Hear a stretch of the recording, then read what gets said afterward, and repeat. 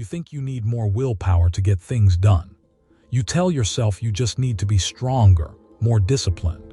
But what if I told you that the very thing you believe is your biggest obstacle is actually the key to unlocking your potential? What if the constant battle with yourself is draining your energy and preventing you from achieving what you truly desire? This is not about finding a magic pill or a quick fix. This is about understanding a fundamental aspect of human behavior that most people completely misunderstand, leading them to perpetual frustration and the feeling of never being good enough. Consider this. Millions of people start new fitness routines every single week. They buy the gear, they download the apps, they set ambitious goals. Yet within a month, a staggering percentage of them abandon their efforts. Why is this happening? Is it laziness? Is it a lack of desire? The data suggests it's something far more nuanced, something rooted in how our brains are wired for motivation. We are often told that discipline is about forcing yourself to do things you don't want to do. This approach creates an internal war, a constant tug-of-war between your desires and your obligations. Imagine a young person, let's call her Maya, struggling with asthma. She knows exercise is crucial for her health, but every time she tries to engage in physical activity, she feels a crushing weight of fatigue and breathlessness. Her doctors have told her repeatedly how important it is, yet the simple act of going for a walk feels like an insurmountable challenge. She's tried setting timers, rewarding herself, even using guilt as a motivator, but nothing seems to stick. The frustration is immense because she genuinely wants to be healthier, but the physical and mental barriers feel too high to overcome. This isn't just Maya's story, it's the story of so many of us facing different challenges. We face our own internal asthma, so to speak, when it comes to pursuing goals. We believe that willpower is the ultimate tool, the muscle we need to flex harder. We see people who seem effortlessly disciplined and assume they possess some innate superpower. We tell ourselves, if only I had their willpower, I could finally achieve X, Y, or Z. But this is a dangerous misconception, a mental framework that sets us up for failure before we even begin. The truth is, willpower is a finite resource. It's like a battery that depletes with use. Every decision, every temptation resisted, every moment of self-control drains that battery. If you rely solely on willpower to drive your actions, you are essentially setting yourself up for burnout. When that battery runs low, and it inevitably will, you are left feeling defeated and more inclined to give up. This is why New Year's resolutions often crumble by February. The initial surge of willpower wanes, and the underlying motivation isn't strong enough to carry the load. This is precisely what a fascinating study published in the Brazilian Journal of Physical Therapy in 2026 aimed to uncover. Researchers were looking at adolescents with asthma and their engagement with physical exercise. They weren't just looking at who exercised and who didn't. They were digging deeper, trying to understand the behavioral phenotypes, the distinct patterns of behavior that predicted adherence to physical activity. Their goal was to move beyond simple recommendations and identify the core drivers of sustained engagement, especially in a group facing significant health challenges. The study, led by F. Leobaum and a team of international collaborators, was a multi-center effort, meaning it wasn't confined to a single clinic or population. This adds significant weight to their findings, as they observed these patterns across different settings and diverse groups of adolescents. They recognized that simply telling someone to be more disciplined or have more willpower was not a scientifically sound or effective strategy. They needed to understand the underlying psychological mechanisms at play. What they discovered, and what is profoundly relevant to all of us, is that motivation is not a monolithic entity. It's not a single switch you can flip. Instead, it's a complex interplay of different needs and desires. Their research delved into the realm of self-determination theory, a well-established psychological framework that explains what truly drives human behavior. This theory posits that we have three fundamental psychological needs: autonomy, competence, and relatedness. When these needs are met, we experience intrinsic motivation, the most powerful and sustainable form of drive. Autonomy refers to our need to feel in control of our own lives and decisions. We want to feel like we are the captains of our own ships, not just passengers being steered by external forces. Competence is our need to feel effective and capable, to believe that we can succeed at the tasks we undertake. Relatedness is our need to feel connected to others, to belong and be cared for. When these three pillars are strong, our engagement with activities, even challenging ones, becomes more natural and less reliant on sheer force of will. Think about Maya again. If her asthma makes exercise feel like a constant struggle, she might feel a profound lack of competence. She might feel like her body is betraying her, hindering her ability to achieve the health benefits.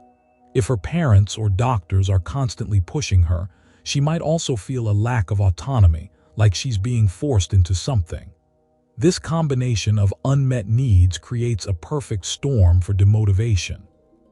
The study found that adolescents who reported higher levels of autonomy in their exercise choices, meaning they felt they had a say in what activities they did and how they did them, were more likely to stick with their programs. Similarly, those who felt a greater sense of competence, who experienced moments of success, and felt their efforts were making a difference, also showed greater adherence. The relatedness aspect was also crucial. When exercise was a social activity, or when they felt supported by their peers or family, their motivation soared. This is where the distinction between willpower and true self-discipline becomes crystal clear. Willpower is about forcing yourself against your internal resistance. It's a battle of attrition. Self-discipline, on the other hand, is about creating conditions where you want to do the thing. It's about aligning your actions with your core needs and values so that the activity itself becomes rewarding. It's about building systems and environments that support your intrinsic motivation, rather than constantly fighting against your natural inclinations. The researchers identified several behavioral phenotypes. One was the passive exerciser, who engaged in physical activity only when prompted or coerced. This individual likely had low autonomy and competence. Another was the goal-oriented exerciser, who focused heavily on external rewards like weight loss or athletic achievement. While this could provide some initial drive, it was often fragile and prone to collapse when progress stalled. The most successful phenotype, however, was the enjoyment-driven exerciser. This individual found genuine pleasure in the activity itself, felt a sense of mastery, and saw exercise as an integral part of their identity and well-being. This enjoyment-driven phenotype wasn't born out of some inherent love for sweating. It was cultivated by fostering autonomy, competence, and relatedness. Imagine a physical education teacher who offers students a choice of different sports or activities, allowing them to select something that resonates with them. This immediately boosts autonomy. Then, the teacher provides constructive feedback and celebrates small victories, building a sense of competence. Finally, by encouraging teamwork and positive social interaction, relatedness is fostered. The study observed that adolescents who felt their exercise choices were supported by their parents and peers, who were given opportunities to choose activities they enjoyed, and who experienced positive feedback about their progress, were significantly more likely to maintain regular physical activity. This wasn't about them having superhuman willpower. It was about their environment and their internal psychological landscape being optimized for sustained engagement. They weren't fighting themselves. They were flowing with their own motivations. Now, let's pivot to a more concrete example of how this plays out in real life, beyond the academic study. I've worked with individuals who have struggled for years with procrastination, particularly in their professional lives. They'd set deadlines, they'd feel the pressure, and they'd still find themselves staring at a blank screen at the last possible moment. They'd berate themselves for their lack of discipline, for their inability to simply sit down and do the work. They were relying entirely on willpower, and it was failing them. One of my clients, let's call him David, was a talented graphic designer who was constantly missing deadlines for client projects. He would feel immense anxiety leading up to a project, telling himself he just needed to buckle down and force himself to work. He'd try to block out distractions, set timers, and even use productivity apps, but the underlying resistance remained. He felt like a failure because he couldn't simply execute. We started by exploring his relationship with his work. He discovered that he felt a deep lack of autonomy. Most of his projects were dictated by clients with very specific and often uninspiring briefs. He felt like he was just a technician, not a creative contributor. His sense of competence was also shaky because he rarely received positive feedback that acknowledged his creative input, only whether the project met the client's precise, often mundane, requirements. The first step was to help David reclaim a sense of autonomy. We worked on strategies for him to proactively engage with clients earlier in the process, not just to receive instructions, but to propose creative solutions and explore different artistic directions. This shifted the dynamic from him being a passive recipient to an active collaborator. He started asking questions like, "What is the ultimate feeling you want this design to evoke?" And beyond the logo, what story are we trying to tell? This simple shift in approach began to build his sense of competence. When clients responded positively to his creative suggestions, when they saw the value in his ideas, his belief in his own abilities grew. He started to feel like his work had a purpose beyond simply fulfilling an order. This also impacted his relatedness, as he felt a stronger connection to his clients and their projects, seeing them as partnerships rather than transactions. David's measurable result was significant. Within 3 months, his on-time delivery rate increased from 60% to 95%. More importantly, his reported stress levels dropped dramatically, and his creative output improved. He wasn't suddenly gifted with more willpower. He had fundamentally altered his mental framework and his approach to his work by aligning it with his intrinsic needs for autonomy and competence. He had moved from a willpower-driven approach to a self-discipline-driven one. So what is this self-discipline that seems so elusive? It's not about being a robot. It's not about suppressing your desires or forcing yourself into a mold. It's about understanding yourself and structuring your life in a way that supports your natural motivations. It's about building a bridge between what you want to do and what you need to do, rather than trying to leap across an unbridgeable chasm with sheer willpower. Think of it like this. Imagine you want to learn to swim. Willpower would be like trying to force yourself to jump into a deep, cold ocean without any preparation. You might manage a few frantic strokes, but you'll likely panic and give up. Self-discipline, on the other hand, is like starting in a shallow, warm pool. You learn the basics, you build confidence, you feel competent. You have an instructor who guides you, providing support and encouragement, fostering a sense of relatedness. The water becomes less intimidating, and you begin to enjoy the process. Eventually, you can confidently swim in that ocean because you've built the skills and the intrinsic motivation to do so. The science from the Willpower study underscores this. They found that adolescents who felt they had a choice in their physical activities, who felt capable of performing them, and who experienced positive social interactions around exercise were far more likely to maintain it. They weren't battling their own biology, they were working with it. Their motivation stemmed from within, from the satisfaction of autonomy, competence, and relatedness, not from an endless well of willpower. This is the twist, the paradox that often eludes us. We believe that to be disciplined, we need to suppress our desires and push through discomfort. But the science suggests the opposite. True, sustainable discipline comes from nurturing our intrinsic needs. It comes from creating environments and adopting mindsets that make the desired behavior feel natural and even enjoyable. It's about working smarter, not just harder. Now let's talk about the 3 specific mistakes you might be making right now. Mistake number 1, relying solely on willpower. You wake up, you tell yourself, today I will finally stick to my diet, or today I will finish that report.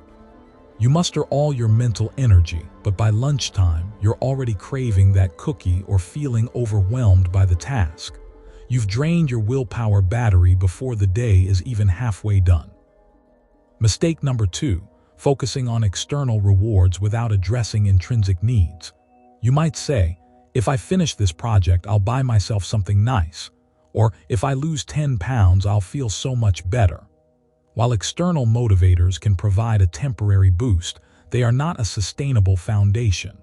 When the reward isn't immediately visible or when the effort feels too great, the motivation crumbles. You haven't cultivated a genuine enjoyment or sense of purpose in the activity itself. Mistake number 3, viewing discipline as a punishment or a chore. You see it as something you have to do, rather than something that serves your deeper goals and values. This negative framing creates resistance. If you dread the activity, your brain will naturally try to find ways to avoid it. You're essentially fighting your own biological drive for pleasure and avoidance of pain. So what is the concrete method you can begin to implement today? It's not about a grand overhaul. It's about one single, actionable step that shifts your mental framework. Forget about summoning more willpower. Instead, focus on one of the 3 pillars of self-determination: autonomy, competence, or relatedness. For today, I want you to identify one area in your life where you feel a lack of motivation. It could be your work, your health, a personal project, or even a relationship. Now, choose one of the 3 pillars and ask yourself, how can I introduce a small element of autonomy, competence, or relatedness into this situation?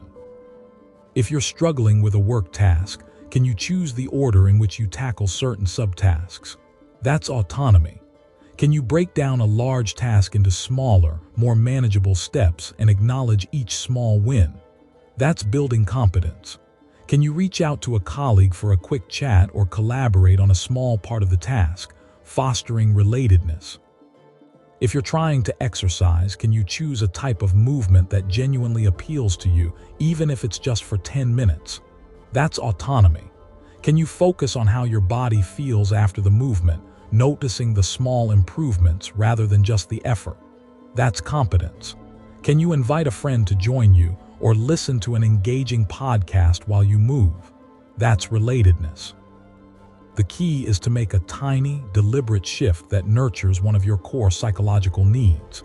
This isn't about willpower. It's about creating the conditions for intrinsic motivation to flourish. It's about understanding that true discipline isn't a battle, but a cultivation.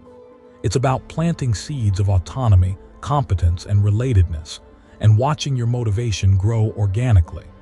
This is the real secret to lasting change. A secret that the science is now revealing in undeniable ways. We've only just scratched the surface of how profoundly this can impact your life. Let me tell you about Sarah. Sarah was a graphic designer, incredibly talented, but she felt this constant drag when it came to her personal creative projects. She dreamt of illustrating a children's book, a passion that had simmered for years. Every evening after a long day of client work, she'd sit down at her desk, her sketchpad open, her pencils sharpened, and then nothing. The blank page felt like an insurmountable wall. She'd scroll through social media, tidy her already spotless apartment, or suddenly remember an urgent need to alphabetize her spice rack. Her willpower, she confessed to me, felt like a leaky faucet, offering just a few precious drops before drying up completely. She tried everything. She'd set strict deadlines for herself, promising a new tablet if she finished a chapter. She bought expensive art supplies, hoping the investment would force her hand. She even joined an online art group, thinking the accountability would be the magic bullet. Yet the children's book remained a collection of half-formed ideas and abandoned sketches. The frustration was a constant companion, a dull ache in her chest that whispered doubts about her own capabilities. She felt like a fraud, a creative person who couldn't bring her own dreams to life. This internal conflict was exhausting, draining her energy and dimming her natural spark. One evening, feeling particularly disheartened, Sarah stumbled upon a concept that resonated deeply. It wasn't about summoning more grit or forcing herself to sit there for hours. It was about understanding the why behind her resistance. She learned about autonomy, competence, and relatedness, the three pillars of intrinsic motivation. She realized she had been approaching her passion project like a chore, a task to be endured rather than an opportunity to be embraced. Her willpower was being asked to carry a burden it wasn't designed to bear. She decided to experiment. Instead of forcing herself to draw for 2 hours, which felt overwhelming, she focused on autonomy. She told herself, "For the next 15 minutes, I can draw anything related to my book. I can doodle characters, I can experiment with color palettes, I can even just write down story ideas." This small shift in control was surprisingly powerful. The pressure to produce a finished illustration vanished. She wasn't obligated to create perfection. She was simply invited to explore. The first few minutes were still a little hesitant, but then she found herself sketching a whimsical, lopsided dragon. It wasn't a dragon for the book, just a playful exploration. She laughed at its goofy grin and added tiny, mismatched wings. This feeling of freedom, of not being judged by herself or an imaginary audience, was liberating. She wasn't fighting her own inertia. She was gently nudging it in a new direction. As she continued this approach, focusing on small, self-directed moments of creative play, something remarkable began to happen. She started to feel a genuine sense of enjoyment return. She wasn't just drawing, she was discovering. She realized she could choose the medium for each session, sometimes watercolors, sometimes digital sketching, sometimes just simple pencil and paper. This variety kept the process fresh and exciting, preventing the monotony that had previously led to burnout. Then she shifted her focus to competence. Instead of aiming for flawless execution, she started celebrating the small wins. When she managed to draw a character's eye that looked just right, she'd take a moment to acknowledge it. She'd tell herself, "That's a really good eye, Sarah. You're getting better at capturing expression." This wasn't about bragging. It was about internal validation, about building her belief in her own developing skills. She started keeping a small journal where she'd jot down one thing she learned or improved upon each session. The measurable result was astonishing. Within a month, Sarah had not only completed character sketches for her entire book, but had also developed a distinct visual style. The children's book wasn't just a dream anymore. It was a tangible project with a clear direction and vibrant illustrations taking shape. The overwhelming blank page had transformed into a playground of possibilities. The fear of failure had been replaced by the joy of creation. She was no longer battling herself. She was collaborating with her own inner artist. Now let's delve a little deeper into how this works, not just for Sarah, but within the intricate landscape of your own mind. Imagine your brain as a bustling city. Willpower is like the city's emergency services, the police and fire department. They are crucial for handling immediate crises, for putting out fires and apprehending threats. But they are not designed for the day-to-day operations of the city, for building infrastructure or running the schools. If you constantly call on your willpower for every decision, every impulse control, it's like expecting the emergency services to manage the traffic flow and deliver the mail. They will eventually become overwhelmed, exhausted, and less effective when a real emergency strikes. Self-discipline, on the other hand, is like the city's urban planning department. It's the system that designs the roads, the parks, the efficient public transportation. It creates the environment where things can flourish naturally. When you focus on autonomy, competence, and relatedness, You are essentially engaging in intelligent urban planning for your own mind. You are building the roads of habit, the parks of enjoyment, and the community centers of connection. Autonomy is like giving citizens choices about their commute. Instead of a single mandated route, you offer options. When Sarah could choose what to draw or how long to draw, she felt like a respected citizen of her own creative city, not a conscripted laborer. This sense of agency reduces the internal resistance, the feeling of being forced. Your brain, when it feels in control, is far more likely to engage and explore. It's like offering a child a choice between two books to read. They are more likely to engage with either than if you simply hand them one. Competence is like ensuring the roads are well maintained and the public transport is reliable. When you acknowledge small wins and focus on progress, you are building the infrastructure of self-belief. Your brain registers these successes, creating positive feedback loops. It's like the city council investing in better streetlights. The neighborhood feels safer and more inviting, encouraging more people to use the streets. Sarah's acknowledgement of her good eyes and improved drawing techniques was her brain's equivalent of a successful infrastructure project. Relatedness is like the community centers and gathering spaces. When you connect with others or feel a sense of belonging, your motivation is bolstered.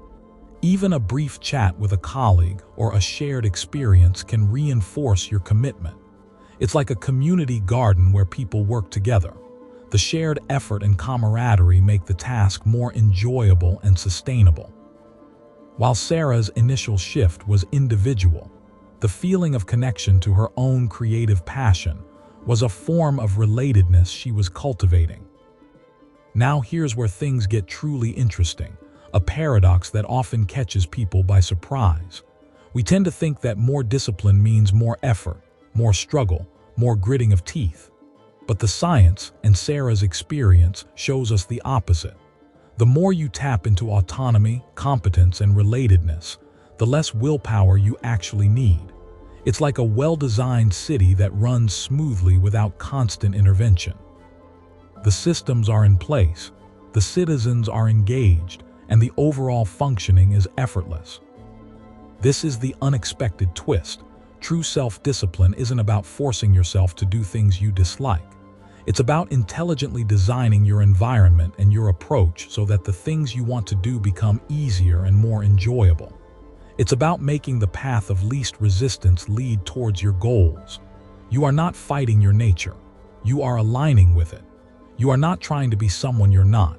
You are discovering the best version of yourself. Think about it this way. If you hate running, forcing yourself to run every day will require immense willpower. But if you discover you love dancing, or swimming, or even brisk walking with an engaging podcast, you might find yourself doing it consistently with far less internal struggle. You've found a way to achieve the health benefits without the willpower drain. You've shifted from a willpower-dependent strategy to a self-discipline-driven one by leveraging autonomy and competence. The unanswered question from earlier about how to break free from the cycle of trying and failing is answered by this shift in perspective. It's not about finding a stronger willpower muscle. It's about understanding the underlying needs that drive your behavior. When you address autonomy, competence, and relatedness, you are not just changing a habit, you are fundamentally changing your relationship with the activity itself. You are moving from a place of external pressure to internal fulfillment. But here's the lingering thought, the unresolved chord that will keep you pondering. While Sarah found her stride, and the science points towards these powerful psychological needs, there are still moments. There are days when even the most thoughtfully designed system can encounter unexpected detours. What happens when external circumstances disrupt your carefully cultivated autonomy? What if a sudden setback erodes your sense of competence, even temporarily? How do you navigate those inevitable storms without falling back into the old patterns of depletion? This is the frontier of self-mastery, the ongoing dance between structure and adaptability. We've laid a powerful foundation, But the journey of continuous growth involves understanding how to weather those inevitable challenges, how to rebuild and re-engage when the path gets rough. The principles are sound, but the application requires ongoing awareness and a commitment to learning from every experience. Imagine a young man named David, a recent college graduate with a passion for coding but an overwhelming fear of public speaking. He landed an incredible internship at a cutting-edge technology firm, a place buzzing with brilliant minds and exciting projects. The catch? His role required him to present his progress to the team every week, a daunting prospect that sent shivers down his spine. David's willpower was strong. He'd spent countless nights practicing his presentations alone in his room, his voice trembling even then. He'd force himself to stand in front of his mirror, reciting lines, but the anxiety remained a suffocating blanket. He knew he should be able to do this, that it was a crucial part of his career growth, and the sheer force of his desire to succeed fueled his efforts. Yet each presentation felt like climbing a sheer cliff face, exhausting and terrifying, with the constant threat of slipping and falling. The pressure to perform, coupled with his deep-seated fear, created a vicious cycle of stress and dread. He would procrastinate, then rush, then feel immense shame after each shaky delivery, further eroding his confidence. This wasn't just about a minor inconvenience. It was about his entire professional trajectory hanging in the balance, and his internal battle felt like a losing one. He tried everything he could think of within the realm of sheer willpower. He'd wake up extra early, hoping a clear head would magically banish his nerves. He'd drink copious amounts of water, convinced hydration was the secret elixir. He'd even tried visualizing himself giving a flawless speech, projecting an image of calm confidence he desperately wished to embody. But these were all external attempts to control an internal storm. The fear was a deeply ingrained response, triggered by the thought of multiple eyes scrutinizing his every word, his every gesture. It was the perceived judgment, the potential for embarrassment, that paralyzed him. His willpower was like a dam holding back a raging river. It could only contain so much before the pressure became too great and the defenses crumbled. He felt trapped, a prisoner of his own mind, watching his dream opportunity slip through his fingers because of an obstacle he couldn't seem to overcome with brute mental force. The gap between his ambition and his ability to execute in this specific area felt insurmountable, a chasm he couldn't bridge with sheer determination alone. One evening, feeling utterly defeated, David stumbled upon an article discussing the science of motivation. It wasn't about finding more willpower, but about understanding the underlying psychological needs that drive our behavior. The article highlighted 3 core needs: autonomy, competence, and relatedness. David, initially skeptical, began to ponder how these might apply to his situation. He realized his willpower-driven approach was fundamentally lacking in autonomy. He felt forced to speak, not choosing to. He wasn't developing competence because he was so focused on avoiding failure rather than learning to succeed. And relatedness. He felt utterly alone in his struggle, disconnected from the possibility of support or understanding. This was a turning point, a shift from focusing on the symptom, his fear, to examining the root cause, his unmet psychological needs. It was like realizing a plant wasn't growing because it lacked sunlight, not because its roots were too weak. He decided to experiment, not with more willpower, but with a different strategy entirely. He started small, focusing on autonomy. Instead of dreading the weekly presentations, he began to see them as opportunities to share his own discoveries. He shifted his mindset from "I have to present" to "I get to share what I've learned." He started choosing topics he was genuinely excited about, the ones that made him lose track of time while coding. This wasn't about faking enthusiasm. It was about tapping into his authentic curiosity. He began to feel a sense of ownership over his work and his presentations, a subtle but profound shift from feeling obligated to feeling empowered. He started researching presentation techniques that aligned with his personality, not trying to mimic someone else's style. He discovered that embracing his natural inclination to explain complex ideas in detail, rather than trying to be concise and punchy, actually made him feel more comfortable and authentic. This newfound autonomy, this sense of choice and control over his approach, began to chip away at the dread. Next, he focused on competence. Instead of just practicing his speech, he began to actively seek out opportunities to improve his presentation skills in a low-stakes environment. He joined a Toastmasters club, not to conquer his fear immediately, but to learn the craft of public speaking. He practiced giving short, informal talks to his friends, focusing on specific elements like vocal variety or body language, not on delivering a perfect performance. Each small success, each piece of constructive feedback he received and incorporated, built his confidence. He started to see his presentations not as tests, but as practice sessions for a skill he was actively developing. He began to understand that competence isn't about being perfect from the start. It's about a process of learning, refining, and growing. He even started keeping a journal, noting down what went well and what he could improve, turning each presentation into a valuable learning experience rather than a source of anxiety. This deliberate focus on skill acquisition, rather than just performance, was a game changer. Finally, he addressed relatedness. He realized he didn't have to go through this alone. He started talking to his mentor at the internship, a kind and experienced engineer who had once struggled with similar anxieties. His mentor shared his own journey, offering practical advice and, more importantly, empathy. David also connected with other junior engineers who were also navigating the challenges of a new corporate environment. He found that simply knowing he wasn't the only one facing these hurdles created a sense of camaraderie. He started to see his colleagues not as potential judges, but as fellow travelers on a similar path. He realized that vulnerability, when shared with trusted individuals, could foster connection and support, rather than shame. This sense of belonging, this feeling of being understood and supported, began to dissolve the isolation that had amplified his fear. He even started to anticipate the weekly meetings with a little less dread, knowing he had allies and a supportive network.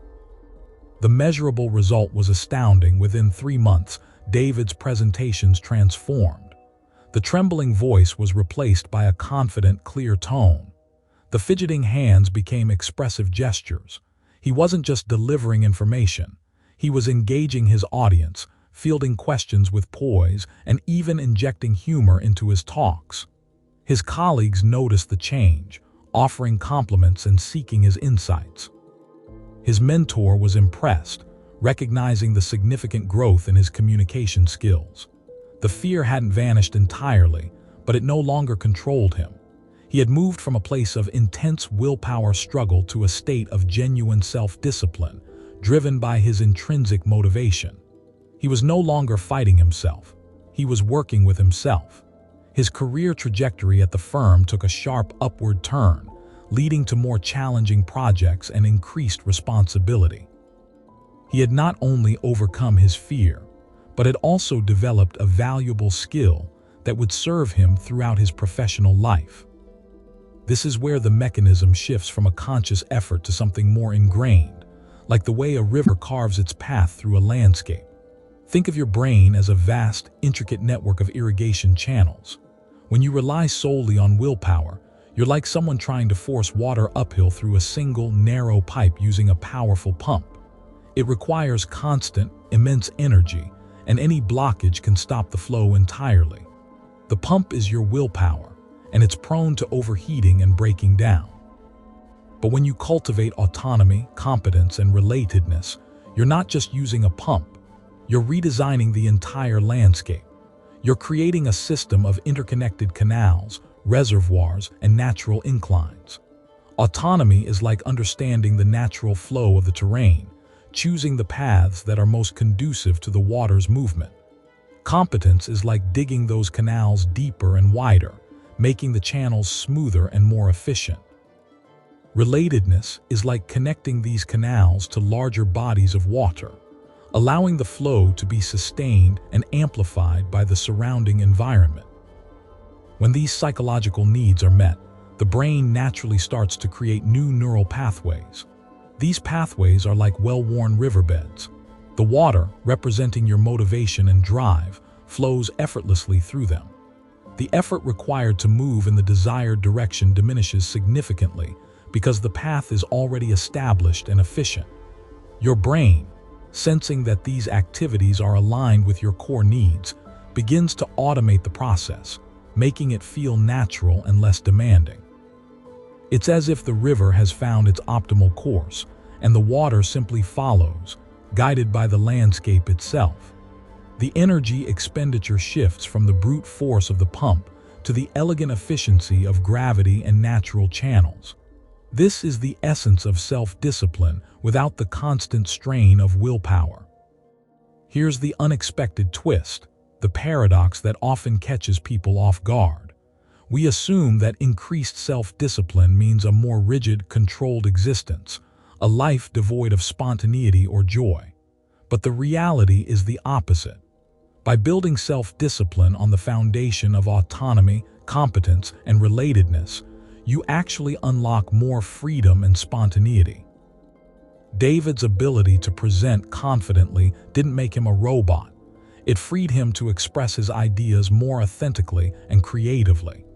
He wasn't constrained by fear.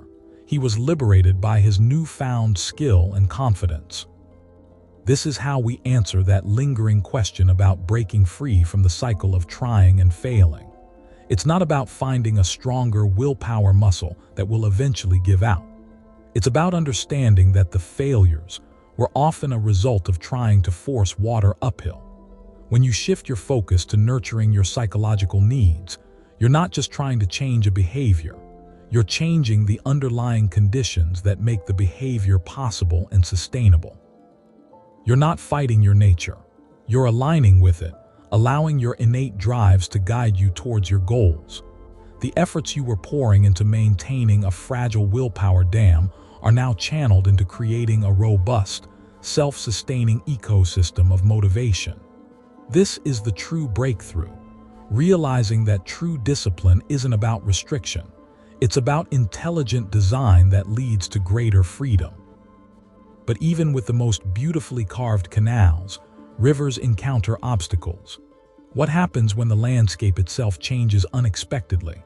Imagine a sudden drought that lowers the water levels, or a landslide that blocks a crucial channel. Life is full of these disruptions. A global pandemic could suddenly remove the relatedness you found in in-person meetings, or a project setback could temporarily erode your sense of competence. How do you navigate those inevitable moments when the external circumstances seem to conspire against your internal equilibrium? How do you prevent yourself from reverting to the old, draining reliance on sheer willpower when the natural flow is interrupted? The principles we've explored provide a powerful framework, but the ongoing practice of self-mastery lies in adapting to these unforeseen challenges, in learning to reroute, to repair, and to rebuild when the path ahead is no longer clear. It's in those moments of disruption that the true resilience of your self-discipline is tested and ultimately forged. Most people stumble when trying to build self-discipline because they misunderstand its fundamental nature. They believe it's solely about brute force, about pushing through resistance with sheer mental grit. This often leads to the first common mistake, treating self-discipline as a purely external imposition. You might think, I must wake up at 5 a.m. no matter how tired I am, or I have to finish this report tonight, even if I'm exhausted. This approach ignores your internal state, your body's signals, and your underlying psychological needs. It's like trying to force a plant to grow by continuously pulling on its stem, instead of providing the right soil, water, and sunlight. Eventually, the stem breaks and the plant withers. Similarly, this external pressure without internal alignment leads to burnout and a sense of failure. The second pervasive mistake is confusing self-discipline with punishment. Many individuals associate disciplined behavior with deprivation or self-denial. They think, if I want to lose weight, I can't eat any of my favorite foods, or to save money, I must avoid all social outings. This creates a negative emotional association with the very actions you are trying to cultivate. Your brain starts to see discipline as a burden, a source of suffering, and it naturally rebels against it. This is why diets often fail and savings goals are abandoned. The underlying feeling is one of restriction, not empowerment. It's like saying, I'm good because I'm not doing the fun things, which is a recipe for resentment and eventual relapse. The third significant error is the all-or-nothing mentality. People often believe that if they slip up even once, they have failed completely. They might have a strict exercise plan for a week, then miss one workout and immediately decide, well, that's it. I've ruined everything. I might as well give up. This black and white thinking is incredibly destructive. It fails to acknowledge the reality of human imperfection and the iterative nature of progress. It's like dropping a single stitch in knitting and deciding the entire project is ruined. Instead of simply picking up the dropped stitch and continuing, the easy response is to abandon the whole endeavor. This pattern reinforces a cycle of perfectionism followed by complete abandonment, preventing any sustained, incremental growth.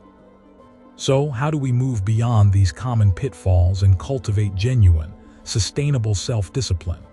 It begins with a fundamental shift in perspective, moving from external force to internal alignment. The first concrete step is to identify your core psychological needs that are being met or unmet by the behavior you want to change. Remember the principles of autonomy, competence, and relatedness. Let's apply them. If your goal is to exercise regularly, ask yourself, how can I make this feel more autonomous, like my own choice rather than an obligation? Perhaps instead of a rigid gym schedule, you choose activities you genuinely enjoy, like hiking or dancing. This gives you a sense of control and personal agency. Next, consider competence. How can you ensure that this new behavior makes you feel capable and effective? If you're starting a new skill, like learning a language, break it down into small, achievable steps. Celebrate each small victory, like mastering a few new phrases or understanding a simple conversation. This builds your confidence and reinforces the feeling of progress. If you're struggling with a work project, focus on completing one specific task exceptionally well, rather than feeling overwhelmed by the entire undertaking. This sense of mastery, even in a small area, fuels further motivation. Then examine relatedness. How can this disciplined behavior connect you with others or foster a sense of belonging? If your goal is to eat healthier, perhaps you can cook healthy meals with a friend or join a community garden. If you're aiming to read more, you could join a book club. These connections provide support, accountability, and a shared sense of purpose, making the disciplined behavior feel less isolating and more rewarding. This is not about sacrificing autonomy for connection. It's about finding ways for your disciplined pursuits to enhance your social well-being. The second concrete step is to reframe the behavior itself. Instead of viewing it as a sacrifice or a chore, consciously look for the inherent benefits and the positive feelings it can generate. This requires active reframing, a deliberate mental exercise. When you feel resistance to exercising, don't just think, I have to go to the gym. Instead, focus on how good you'll feel afterward, the surge of energy, the clarity of mind, the sense of accomplishment. When you're tempted to overspend, don't just think, I can't buy this. Think about the freedom and security that saving money provides, the ability to invest in experiences that truly matter or to handle unexpected emergencies with grace. This reframing isn't about denial. It's about conscious redirection of your attention. It's about recognizing that the short-term discomfort of discipline often leads to long-term rewards that far outweigh the temporary pleasure of indulgence. It's about understanding that the sacrifice is actually an investment in a better future self. This mental shift is crucial because it directly impacts your emotional response to the disciplined action. When you associate a behavior with positive outcomes and feelings, your brain becomes more willing to engage in it. The third concrete step involves creating an environment that supports your desired behavior and minimizes temptations. This is about making the disciplined choice the path of least resistance. If you want to eat healthier, don't keep junk food readily available in your pantry. Stock your refrigerator with fruits, vegetables, and lean proteins. If you want to reduce screen time, turn off notifications on your phone or designate specific times for checking emails and social media. If you want to save money, automate transfers from your checking account to your savings account immediately after you get paid. This environmental design is not about weakness. It's about being intelligent and strategic. It acknowledges that even with the strongest intentions, our environment plays a significant role in our choices. Think of it like building a dam. You don't just rely on the strength of the concrete. You also design the shape of the reservoir and the channels to ensure the water flows where you want it. By consciously shaping your surroundings, you reduce the cognitive load and the willpower required to make the right choice. You are essentially setting yourself up for success. Now let's look at some examples of how these principles translate into real-world results. Consider Sarah, who struggled with procrastination on her creative writing projects. She used to beat herself up about it, feeling lazy and unmotivated. Using the principles we've discussed, she first identified her needs. She realized her writing felt less autonomous because she was waiting for perfect inspiration, which never came. She also felt a lack of confidence because she would start projects but rarely finish them, leading to a constant feeling of inadequacy. Finally, she felt isolated in her writing process. To address autonomy, she decided to set small, achievable writing goals each day, like writing for 30 minutes or completing a single paragraph, rather than aiming for a whole chapter. This gave her a sense of control and accomplishment. For competence, she focused on finishing these small tasks perfectly, celebrating each completed paragraph or writing session. She started a private journal to track her progress, which boosted her confidence. To address relatedness, she joined an online writing critique group. Sharing her work and receiving constructive feedback made her feel connected and supported. The results were remarkable. Within 3 months, Sarah had completed 2 short stories, something she hadn't done in years. She reported feeling more joy and less anxiety about her writing, and her confidence soared, leading her to start a longer project. Another example is Mark, a busy professional who wanted to improve his physical fitness. He had tried numerous diets and exercise plans that never stuck. He realized his approach was based on willpower alone, forcing himself to go to the gym when he was exhausted. He was also punishing himself by cutting out all his favorite foods, which made him miserable.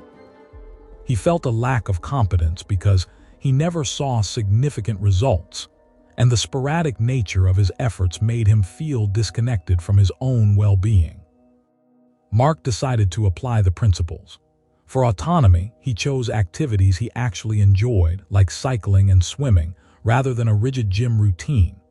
He scheduled his workouts around his energy levels, not just a clock. For competence, he focused on gradual improvements, like increasing his cycling distance by a small percentage each week or swimming for a few extra minutes. He started tracking these small wins, which significantly boosted his sense of capability. To address relatedness, he joined a local cycling club. This provided accountability, camaraderie, and a shared passion. The impact was profound. Within 6 months, Mark had lost 15 pounds, not through drastic restriction, but through consistent, enjoyable activity. He reported feeling more energetic, less stressed, and he had made several new friends in his cycling group. His self-discipline was no longer a source of dread, but a source of genuine satisfaction and improved health. Finally, consider Emily, a young entrepreneur who was overwhelmed by her workload and constantly felt she wasn't doing enough. Her self-discipline efforts were focused on working longer hours, which led to burnout and mistakes. She realized she was prioritizing external validation over her internal needs. Her sense of autonomy was crushed by the feeling of being a slave to her business. Her competence was constantly questioned by her own impossibly high standards. Her relatedness suffered as she withdrew from friends and family to work more. Emily decided to implement a radical change. For autonomy, she blocked out specific times in her calendar for deep work and equally important rest and reflection. She made these appointments non-negotiable, just like client meetings. For competence, she learned to delegate tasks that weren't her core strengths, trusting her team and focusing on what she did best. This shifted her focus from quantity of work to quality of output. For relatedness, she committed to one social activity per week and scheduled regular family calls. The transformation was dramatic. Her productivity increased because she was more focused and less exhausted. Her stress levels decreased significantly, and she reported feeling more in control of her life and her business. She was able to make better strategic decisions because she had the mental space to think clearly. Now you might be thinking, this all sounds good, but what can I do right now? What is one single action I can take today to begin building this kind of self-discipline? It's simple, and it requires no special equipment or significant time commitment.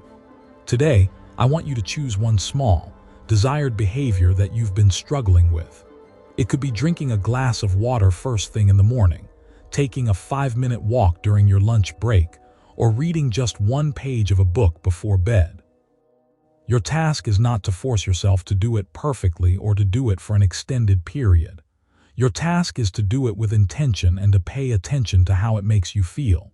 Notice any feelings of autonomy, even if it's just the feeling of choosing to do it. Notice any flicker of competence, the simple act of completing it. And if possible, consider how this small action connects you, even indirectly, to a larger goal or a better version of yourself. Do this one small thing today, not with the expectation of immediate transformation, but with the curiosity of a scientist observing a new phenomenon. This single, intentional act is the seed.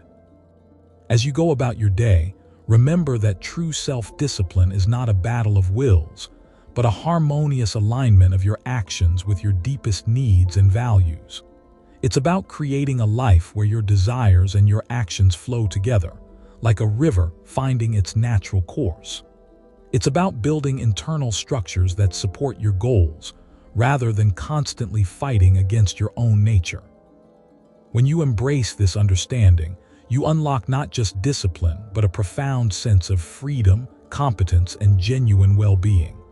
The journey is not about becoming a stronger person, but about becoming a wiser one who understands the landscape of their own mind and heart. Embrace the flow and watch your life transform.